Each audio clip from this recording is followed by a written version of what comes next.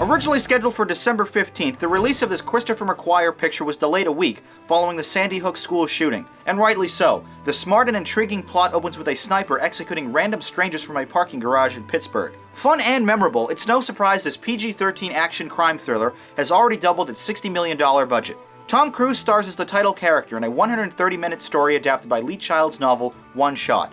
And as with every movie he's in, even at 50 years old, he is charming, entertaining, and convincing. I've seen nearly every picture Cruise has done, and honestly, I've thoroughly enjoyed each and every one of them. Say what you want about his bizarre personal life, but this guy is a textbook A-list movie star. The unflinching and extremely bright Reacher is an army cop called in to investigate the mass shooting, and he comes dead set on uncovering a massive conspiracy behind the whole thing, warning the antagonist, "I am not a hero, I have nothing to lose." Starring opposite in her first major starring role is Rosamund Pike as an uncompromising attorney for the accused gunman, showing off almost as much acting talent as she does ample cleavage.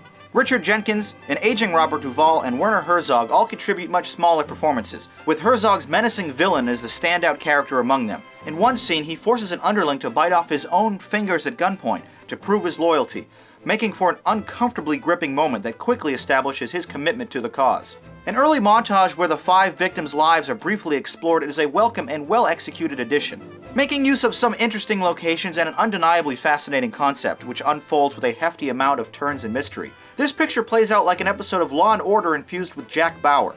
The pacing stalls a bit towards the middle and only roars back when the movie abandons the mystery thriller genre in favor of a shootout action adventure. When this picture works, it works extremely well. Cruise's witty delivery had me laughing, his evidence discovery was thought-provoking, and his fist-fighting takedown skills were impressive. A late chase sequence is perhaps the highlight of the movie, arrestingly shot with mounted cameras and mixed only with the furious, loud, and intense sound of the car engines, as Reacher drifts around corners in a stolen 1970 Chevelle. The edge-of-your-seat sequence is very reminiscent of Steve McQueen's iconic chase in 1968's Bullet.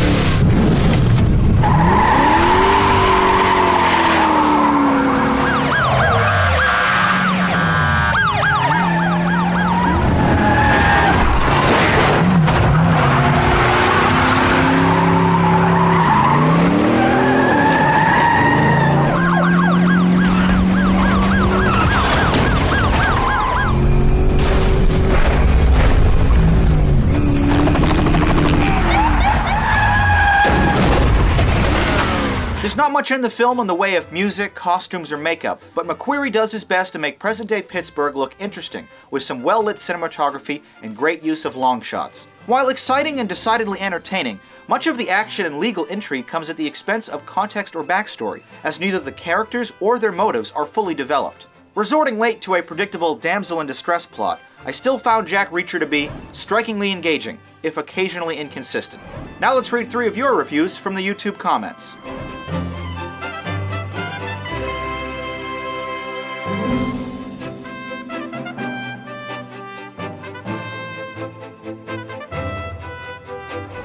The Rate-O-Matic for Jack Reacher, a 7 and a 7.